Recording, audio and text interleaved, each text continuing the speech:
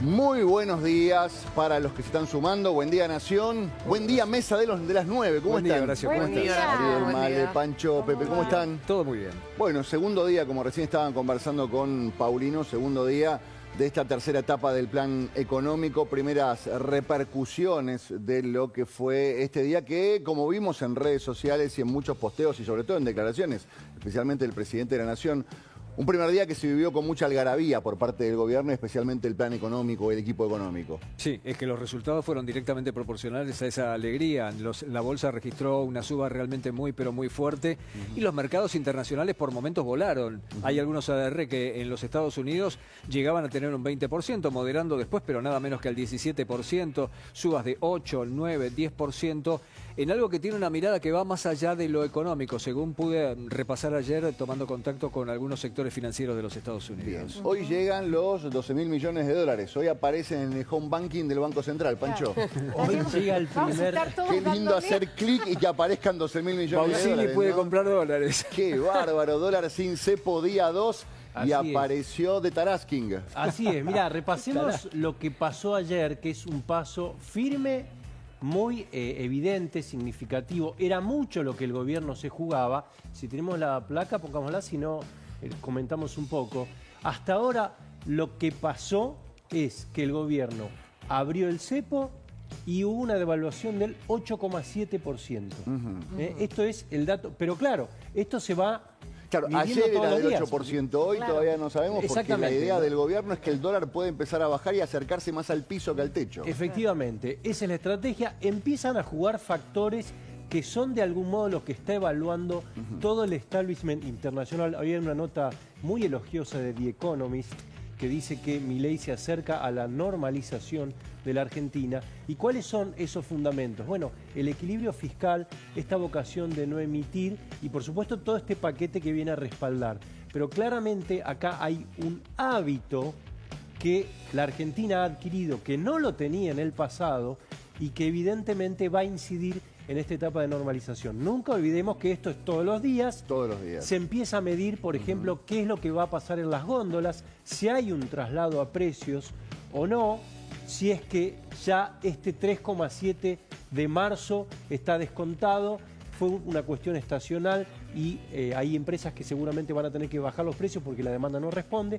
Todo eso se va a ir contestando en el transcurso de cada día. Bien, a lo largo de esta jornada, digamos, la jornada de ayer hubo varias explicaciones técnicas, algunas más fáciles de entender, otras menos fáciles de entender. El gobierno está intentando que la gente comprenda la magnitud de lo que se está haciendo y el significado de lo que se está haciendo. Ayer el presidente Milei estuvo conversando con Alejandro Fantino prácticamente hasta la 1:30 de la mañana, una entrevista que duró cerca de 5 horas, ¿no? Sí, Entre exactamente. 4 y 5 Vinieron horas. antes, media hora antes, Sí. ingresaron al lugar y luego fueron casi 5 horas de entrevista seguida, sin ningún tipo de corte. Bien, para ejemplificar esto que para muchos es complejo, usó la metáfora de la pizza. Escuchemos al presidente. Hay distintas formas de dolarizar. No hay, digamos, o sea, esto, digamos, la dolarización es como una pizza. Digo, pero está, digamos, la de jamón y mozzarella, la de mozzarella, la de, no sé, la primavera, ¿no? La que tiene ananá, la que tiene los pepperoni, qué sé yo, no sé, hay un montón, digamos, la fugaceta, no sé. Hay un montón de modelos de pizza, vos podés hacerlo de distintas maneras. Ok, hay unas pizzas que son muy ricas y unas pizzas que son Claro. muy feas, digamos. Muy feas. ¿Cuál va a ser la dolarización? Espero El que no intento? elija la primavera, por lo pronto, porque esa es Recordemos espantosa. que hubo en el primer momento Emilio Campo tenía una de las propuestas de dolarización que incluso formó parte del gobierno y luego, bueno, se descartó y comenzó Pausili al liderazgo del Banco Central. Claro. Explicaba esto de las distintas formas. La realidad es que en la fase en la que están, por lo menos todavía dolarización no podemos decir. Sí, Es que- bimonetarismo. Es que yo me sumo a lo que dice Malena, entendiendo que con ese ejemplo me parece que lo que está diciendo es, bueno, no esperen que $1 un peso, digo, ¿no? Me da la sensación de que decir, bueno, en algún punto esta pizza tiene Claro. estos ingredientes, es esta dolarización si se quiere, la que Claro. hoy estamos, ¿no? Esta Pero- canasta de monedas, esta Pero cosa es bien de poder pagar con interesante, dólares o... es bien interesante la puntualización, porque ¿cuál era la propuesta inicial de Javier Milei con la que llega a la presidencia? Dinamitar el Banco Central y tener prácticamente la moneda dólar como la moneda común y corriente para que finalmente ninguna otra cosa se Claro. fuera de madre en la Argentina. Y eso no pasó. A partir de este punto empezó a hablar de la canasta de monedas, que era una idea que traía asociada también de alguna manera Patricia Bullrich. ¿Y en qué basaba este hecho de que siempre iba a ser dolarización? Porque los argentinos, por cultura, por preparación, por historia, Claro. iba a terminar eligiendo el dólar.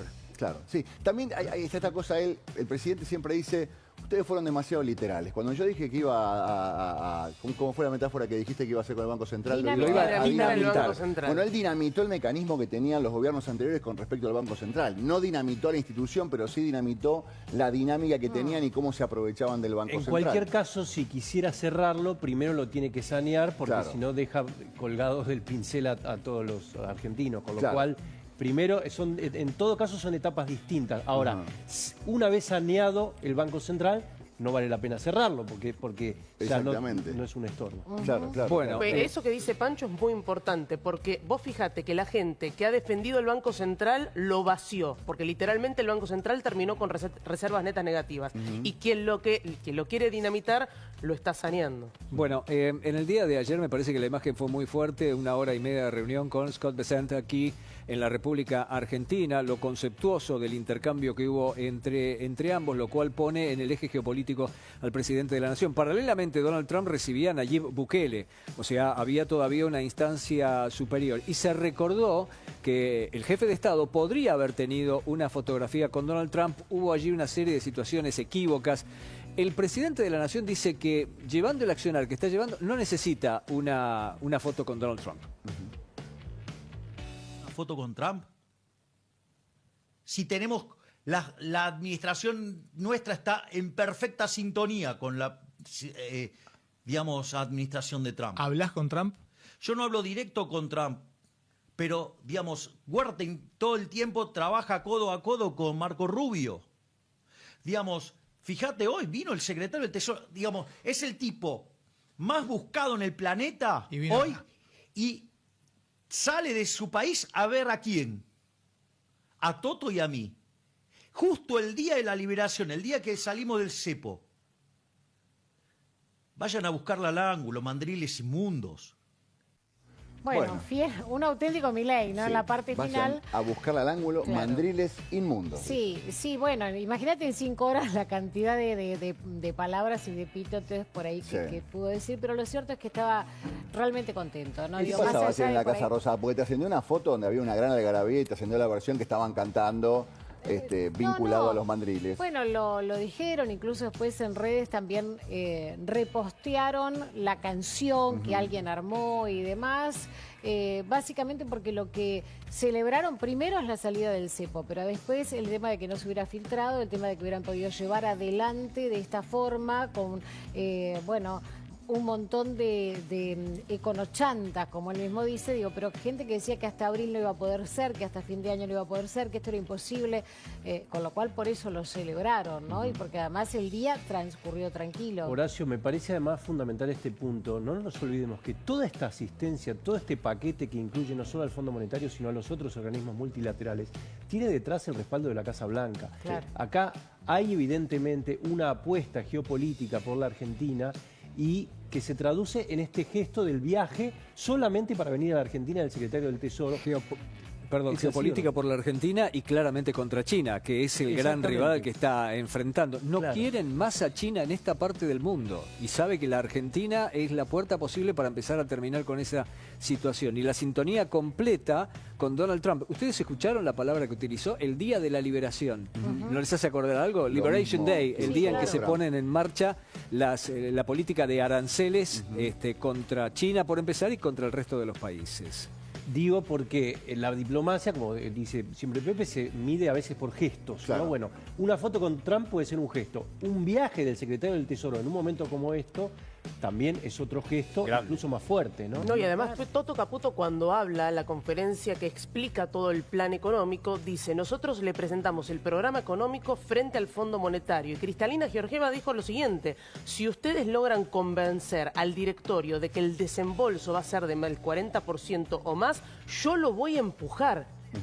Yo lo voy a empujar. Eso no es menor para entender el apoyo y por qué sería distinto esta vez de aquel 2018. Y aparte hay algo importante que es esto que decían que no hubo filtraciones. Nadie sabía, gran parte del gabinete se enteró en el momento de los anuncios que se levantaba el cepo. Sí sabían que estaba bastante avanzado el acuerdo con el fondo.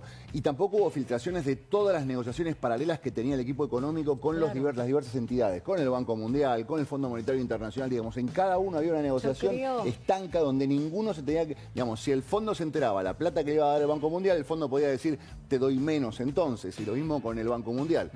Ahí eso tampoco hubo filtraciones. Me llamó mucho la atención que no se hubiera filtrado nada. No, es que cero. Bueno, sobre todo en un gabinete que muchas veces parece moverse de manera caótica. Es que no lo sabían. En este caso, no lo sabían hacer. Bueno, Bullrich lo reconoció, entre otros ministros. Milei no también lo sabían. dijo ayer: ninguno de mis ministros sabía el momento que yo lo dije. 5 personas del equipo económico y Javier Milei estaban al tanto de lo que estaba pasando. Claro, igual me parece que hacer un doble disfrute en ese sentido, el famoso Día de la Liberación, que saliera todo bien, y además el dejar expuesto a un montón de economistas o de políticos o periodistas, incluso, bueno, como diciendo, mirá, ¿cómo que no se podía? No sabían nada, fue el mensaje del gobierno hacia muchos que habían publicado cuestiones. ¿Cómo fue el primer día, Pancho? Bueno, repasemos con algunos números. Primer día, paso firme en la apertura del cepo. El blue, a ver si me acercan un poco el monitor. Sí, el blue entre 1.200 y 1.250. Bueno, este empieza a perder, obviamente, empieza a perder vigencia, porque lo importante es... Terminó cerrando 1.230, Pancho, claro, si no me el equivoco, oficial, ¿verdad? que es el que uno tiene que tener en cuenta. Inusual demanda por abrir cajas de oro en dólares. Ayer estaban todos, querían comprar uno, ¿no? Exacto, algunos, los que no tenemos para ahorrar, pero queríamos comprar uno a ver si era cierto que funcionaba el sistema. Eso es lo que me decían mucho, los bancos estaban monitoreando, obviamente, lo que estaba pasando, y lo que me decían era que había mucha transferencia inusual, $1, $2, $5, Estamos $100. probando A ver si funcionaba. Dólar mayorista. ¿Por qué tomamos el dólar mayorista? Porque es con el que se maneja el comercio exterior. Este es entre el cierre del viernes y el cierre de ayer, tomamos una devaluación del 8,7%, que en condiciones normales, en un país normal, esto no debería ser trasladado enseguida a precios. Por supuesto, la cabeza del argentino es otra cosa. Y por es eso que lo dice Milei, dice: yo quiero demostrarle a la gente que el tipo de cambio no significa que eso se traslada a precios. O sea, no es un indicador de que va a aumentar el precio a nivel generalizado. Bueno, tuvimos una muestra en el día de hoy, porque ayer José del Río contaba que a las pymes ya les estaba llegando algunos avisos de que le iban a aumentar las cosas 20%. Esta mañana se terminó con eso. Fernando Sabore lo decía bien en claro desde el supermercado que maneja. No solamente no me aumentó nada, absolutamente nada, porque si no lo venden un comino, sino que van a empezar a aparecer promociones para bajar, para ponerse a tiro con las ventas, porque si no, no pueden vivir, lisa y llanamente. Bueno, más ítems de lo de ayer, pongamos la próxima. A ver, esto es clave, sin intervención del Banco Central. Ni compraron ni vendieron, nada. Cero. Después de muchas jornadas que venía perdiendo, brechas del 4,8% entre el contado con liqui y el oficial mayorista. Y también el otro dato que sigue es reservas brutas o totales cayeron en otros 422 millones de dólares. Claro, es decir, esto venía del viernes, unas compras que venían del viernes, pero lo importante en este caso es dos cosas: no hubo intervención y la brecha se achicó significativamente. A ver, recordemos que la brecha empieza a preocupar cuando está arriba del 50%, cuando estamos muy lejos. Claro. Mucha gente decía, bueno, ¿qué va a pasar con esto del dólar? Porque hay dos formas de verlo. Uno es el precio de los importadores, que decíamos, yo lo tenía el oficial se me fue para arriba, tengo que ajustar. Y mucha gente que se había cubierto con los precios a una posible devaluación de 1.400, 1.500, digamos. ¿Qué va a impactar? ¿Que ese 1.500 bajó a 1.200 o que 1.100 se fue a 1.200 en los precios? No, para el que compró a 1.500 está complicado con estos precios. Pero en los precios, digamos, los precios del supermercado. Aquella persona que... Muy buen punto. Me hace acordar, ¿sabes qué? A cuando arrancaba el gobierno de Milei y mucha gente dijo, esto se va a ir a cualquier lado, yo me cubro. Calcularon un dólar de 3.000. Muchos meses cubriéndose y empezaron las promos 2x3x2, 6x3. Bueno, eso, sobre todo en la Argentina. Pues yo hablaba el otro día con empresarios de Estados Unidos que me decían, acá todavía no es que todo el mundo salió a remarcar por los aranceles de Trump. Tiene otra cabeza, obviamente, justificada también, ¿no? La historia argentina en ese sentido es un desastre. Es cultural. Exactamente. Entonces, muy importante eso, porque la persona que remarcó pensando en un dólar mucho más alto, seguramente hay que ver en cada sector qué es lo que responde la demanda. Si la demanda responde, probablemente ese precio quede. Si no responde, probablemente lo tenga que bajar. Acá hay un tema... Sí, Mariel, perdón. Digo, uno de los sectores de los que hablábamos justamente con Pepe era el tema de los automotores. O, claro. digamos, el automotriz, los autos. Algunos que habían ya, digamos, importado, habían comprado repuestos con $1 y que hay que ver qué hacen. Hay algunas listas que dicen que se mantienen, otras que hay que ver si efectivamente suben los precios. Y había algo interesante, perdóname, Sí, había algo interesante que ayer planteaba Pancho, que era muchos de las hipotecas o de los préstamos para vivienda que estaban seteados en dólar MEP y que ahora con la misma cantidad de pesos compras mucho más dólares. Ayer tiene un ejemplo prácticamente de $70.000 pasaban a $80.000 con la misma cantidad de plata. Bueno, el que tiene un alquiler de 500, digo, no sé, $500, suponte, digo, si vos dueño, para vos es lo mismo, pero para el inquilino es más barato. Exactamente, pero además el dato es el siguiente, estamos todos midiendo con dólar, quien compró dólar en marzo, hoy tiene un 10% menos. Vamos a ver qué es lo que sucede en abril, pero fíjense cómo va a ir fluctuando. Claro. Ayer decíamos que hay una dimensión política en este anuncio, esta salida del cepo, que es haberlo anunciado en año electoral, ¿no? Bueno, el presidente se refirió a esto. Y si vos te fijas, Luis, cash vamos a recibir 19.600. Entonces, si yo le dije a los argentinos que con 15.000 habría, ¿cómo no voy a abrirlo si tengo 19.600? ¿Desde cuándo, digamos, una decisión de política tan importante para liberar a los argentinos lo tenía que poner en la lógica de un año electoral? Es un disparate, me parece una falta de respeto. Digo, yo que hice campaña diciendo que iba a ajustar y ajusté. O sea, entro en un año electoral con equilibrio fiscal y encima decido aumentar el superávit fiscal por las condiciones externas. ¿Cómo no le voy a cumplir a los argentinos esta promesa de que si yo tenía 15.000 millones de dólares cash, habría? Y abrimos, y eso es lo que hicimos. Bueno, esto no lo exime de que incluso pueda llegar a pagar un costo si la turbulencia empieza o los precios no son los mismos, pero de todos modos es importante la aclaración. Marzo del 2024 dijo, a mí me das 15.000 millones de dólares y yo levanto el cepo. Lo dijo en marzo del 2024. Y es interesante lo que vos planteas porque habitualmente la economía se pone al servicio de la política en año electoral. Postergan decisiones, dibujan cuestiones, lo pasan para después de las elecciones. Los cepos se anunciaron siempre después de elecciones. Sí.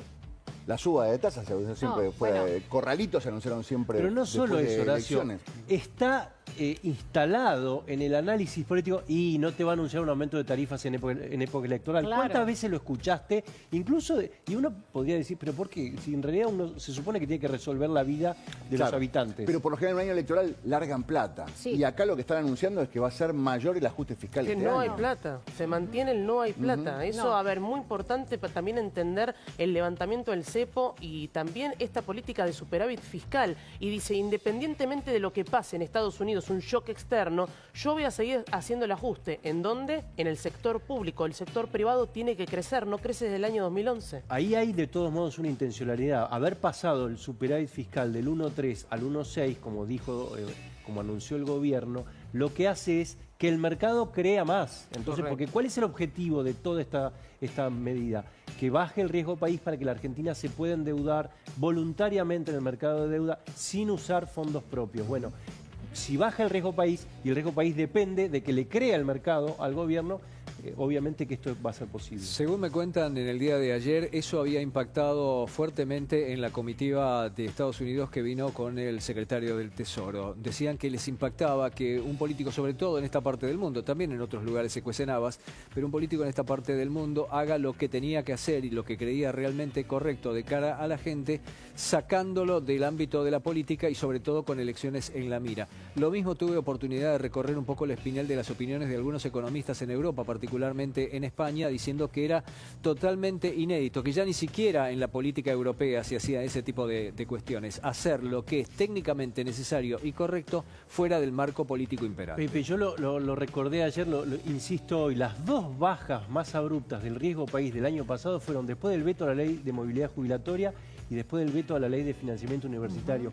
Dos papas calientes a las que la política siempre les escapa, impopulares, y generaron que el riesgo país cayera. Claro, bueno, evidentemente sigue siendo disruptivo, ¿no? Pensaba ayer, pues está bien, corresponde, por supuesto, que uno lo analice y vea más allá del anuncio de la medida y a futuro y demás, pero ayer hasta en un momento se tiraban digamos, por la cabeza la cantidad de días de cepo, ¿no? Porque yo lo puse, vos lo levantaste, no, pero yo lo tuve 100, vos 400, como si en definitiva, digamos, nadie quisiera o no quisieran todos que esto funcione. Digo, ¿no? Que la economía vuelva a ser normal. Pero son tantos puntos y además el cepo no existe en ningún lado del mundo. El problema del cepo es las restricciones en todo sentido. Exportadores, importadores, empresas que vienen a invertir que no pueden sacar su dinero, los mismos argentinos que quieren elegir esta competencia de monedas y que no lo podían hacer. Recuerden que había una restricción de $200 que en la época de Macri incluso era mucho mayor, pero siempre fue un inconveniente. Entonces, este es el inicio de quizás esta libertad que el gobierno busca instalar. Hay chicos de 25 años que no saben lo que es ir al banco y hacer una transferencia y que vos puedas elegir al banco que mejor te ofrece la cotización y que no solamente puedas comprar dólares, sino que los puedas ir a buscar, que tu plata es tu plata y que tengas la decisión de invertirla donde vos quieras, digamos. Partamos de la base que se normalizó eso. Claro. Vos tenés tu plata y no le tenés que pedir permiso al Estado para comprar papas, dólares, euros o latas de atún. Pero bueno, esto solo, o este cambio solo será duradero, así es el textual, si los amigos de la Argentina brindan su apoyo. Esto fue lo que dijo Scott Bessent luego de haber estado con el presidente, con el ministro de Economía, y también confirmó que en principio no hay una partida extra de crédito para el país. China has a foreign exchange swap with Argentina. Would you consider a credit line directly from the United States? That's not under consideration in terms of, so they have an $18 billion credit swap in RMB. Argentina, under the previous Peronist government, drew down $5 billion. And that will remain outstanding. The Chinese showed very good faith effort after the announcement or in conjunction with the IMF announcement, so that is going to be rolled forward for a year. But do you want them to get rid of that swap with Beijing? Well, I think as this administration continues their stay the course on their economic policies, they should eventually have enough foreign exchange inflows to be able to pay that off. Claro. Qué buena respuesta. Es un deseo. Claro, no le dijo, no, sí queremos, pero dijo, mira, creo que lo van a poder pagar. Estaría buenísimo. Claro. Sí, pero ahí le pregunta el del swap y hay un dato muy importante. Ese es el deseo de Scott Bessent. Cuando el gobierno fue a discutir con el fondo, le pidieron dentro de 5 puntos que renueve el swap con China. Por eso el anuncio lo hizo Toto Caputo hace algunos días. Sí, ahí hay un punto a discutir. Si uno observa detalladamente esta parte muy buena que han tomado los equipos de producción del señor secretario del Tesoro norteamericano, ahí aparece recurrentemente China en forma de swap y en forma de declaración política diciendo China tuvo la buena voluntad de renovar ese pase, pero creemos que el gobierno argentino va a estar en condiciones de pagarlo directamente. Primero, no hay que descartar que algún tipo de ayuda desde algún segmento de la vida de los Estados Unidos pueda venir. Punto 1.